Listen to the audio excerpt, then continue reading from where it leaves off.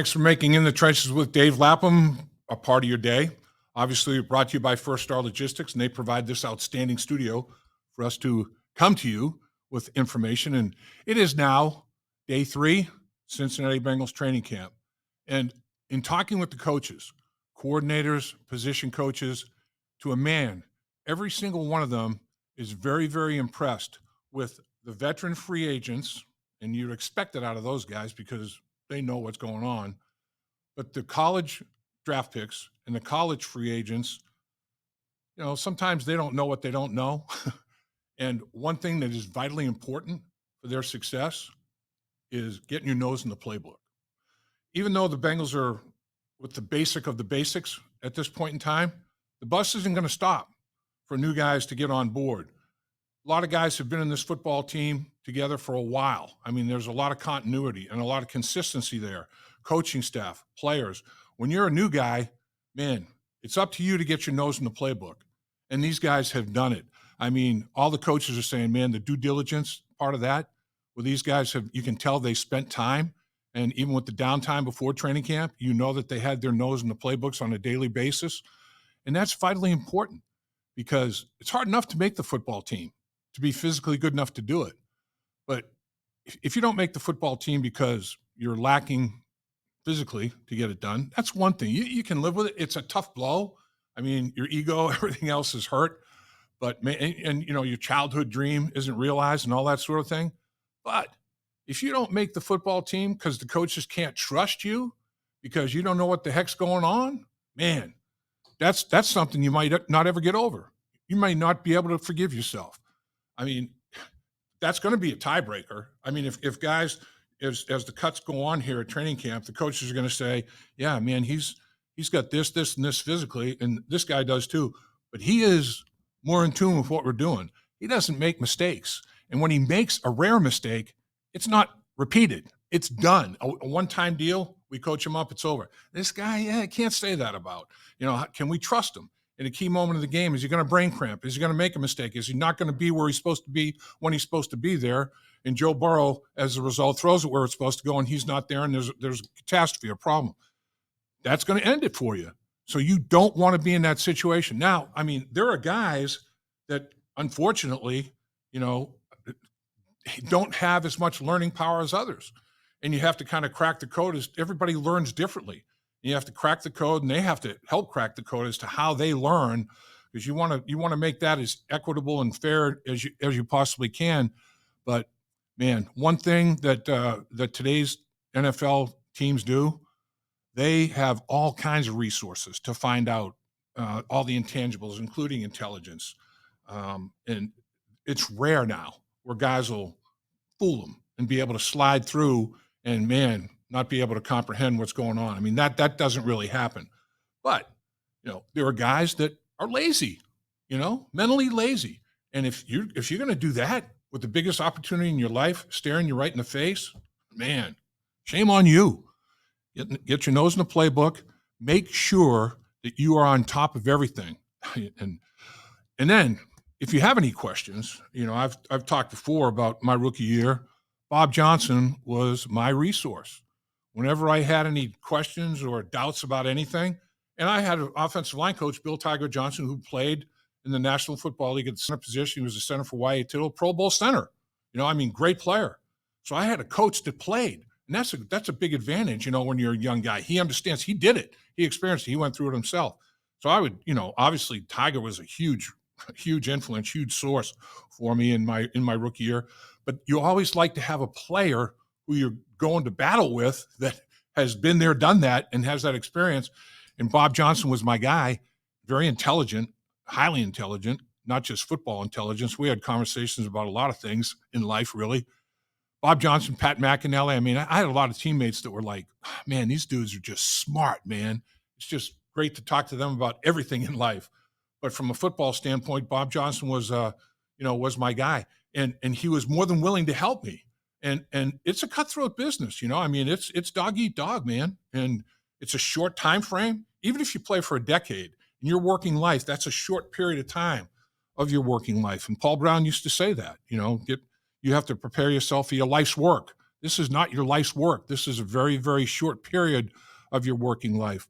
And Bob Johnson was more than willing to help. And I was an interior offensive lineman. I might have competed for his job one day at the center position. And that's the thing. Watching this era of players, Mims is unbelievable. Mims is asking a lot of guys, a lot of things. I would ask defensive players. I would ask Mike Reed, Mike, what kind of things are you seeing? Am I tipping something by my stance, by whatever? Are you reading things? Are you reading me like a book? And the information you get from guys like that is invaluable, and Mims understands that, and he's a sponge, man, and he's asking a lot of questions. And when you have a good team, everybody shares information. So it's very interesting to watch that dynamic of not only the young guys inquiring about things to the older players, but how the older players respond. And instead of stiff arming the young player, giving him valuable information. And my experience is, on the field when I'm working against this kind of guy, this is what I do. If the guy doesn't have those kind of physical traits and he's better with these physical traits, this is what I've done. Those kind of tips like that are just, you can try to pick it up in tape, and sometimes you can find things and sometimes you can't.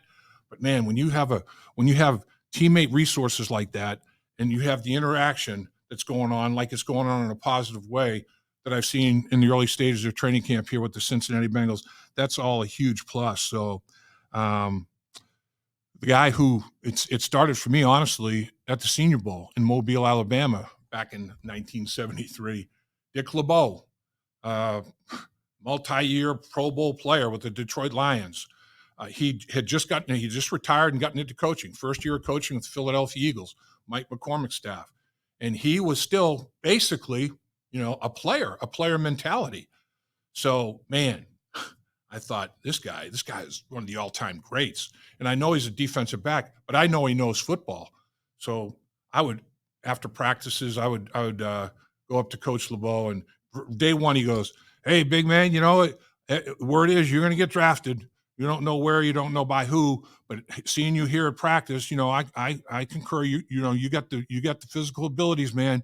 You're going to get drafted." I said, "Well, Coach, can you fill in some blanks for me, man? Can you answer some questions? As long as they're good questions, don't be wasting my time, son, because I got things to do. I'm a rookie coach on a coaching staff with the Philadelphia Eagles, a real good franchise. I want to put my best foot forward. So don't waste any of my time, young man. You got me a son." And that's how he was. He was great. Very blunt, but did it with a smile on his face. And he was speaking facts, So about second day of camp, second day of practice, I started asking more questions, and he's like, "You know what?" He said, I don't mind. I don't mind this because you're asking good questions. You're not wasting my time, like I said. So that's the thing.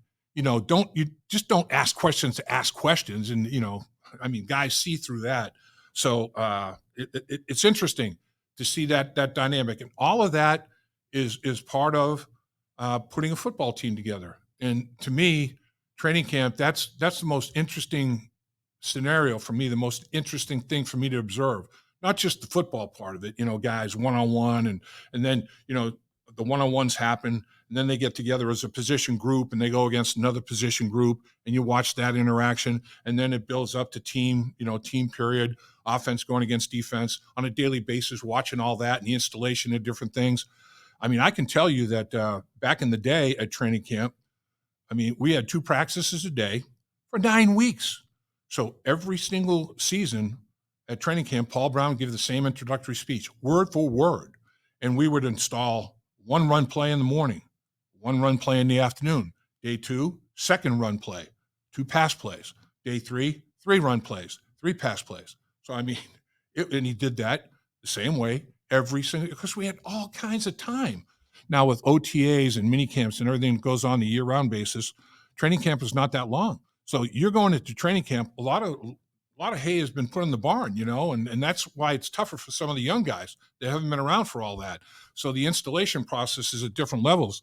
So it's a much different dynamic for the younger players for sure. But it's very interesting to watch the team being assembled and the interaction, the personalities meshing between players. And I really like to watch the offensive line because those guys are probably as selfless and unselfish as any position group on the football team with respect to when young guys have questions. I mean, they're in a group. I mean, there'll be 5 or 6 of them, and a young guy may ask a question or a couple of questions, and it'll be addressed. And then there's one-on-ones going on, obviously. I mean, Orlando Brown Mims is attached to that hip, and rightfully so. So it's interesting to watch the relationships and the dynamics take place between individual players, position groups, and then the entire football team. So there's a lot to football. It's not just beating each other up and mano. There's a lot of subtleties to it as well. And it's just like any job. I mean, if you come out of college and you're a highly recruited guy and you go to a company and a person's there, you're aspiring to take his job and he's been there for 5 or 6 years, that dynamic can be tough. That's what it's like in the National Football League. But, it's a shorter period of time. It's a shorter work time. So it ratchets up a little bit. It's all good. I remember those days fondly and vividly. I mean, I can remember training camp my rookie year almost on a night-by-night basis. It's crazy. It's crazy how those imprints stay in your brain, and never leave. It's a great time of the year. Every team in the National Football League is putting it together. Everybody's 0-0. Everybody's optimistic. That's the way it should be. Dave Lapham here, and every day I am grateful for my experience to have played professional football. As a player, I realize self-motivation, leadership, and appreciating your teammates are key. At First Star Logistics, you can use those same attributes to create the life you want for you and your family. Build your future by working hard like I did. You'll see results both on and off the field. Call First Star Logistics today and be part of our winning team. Opportunity knocking.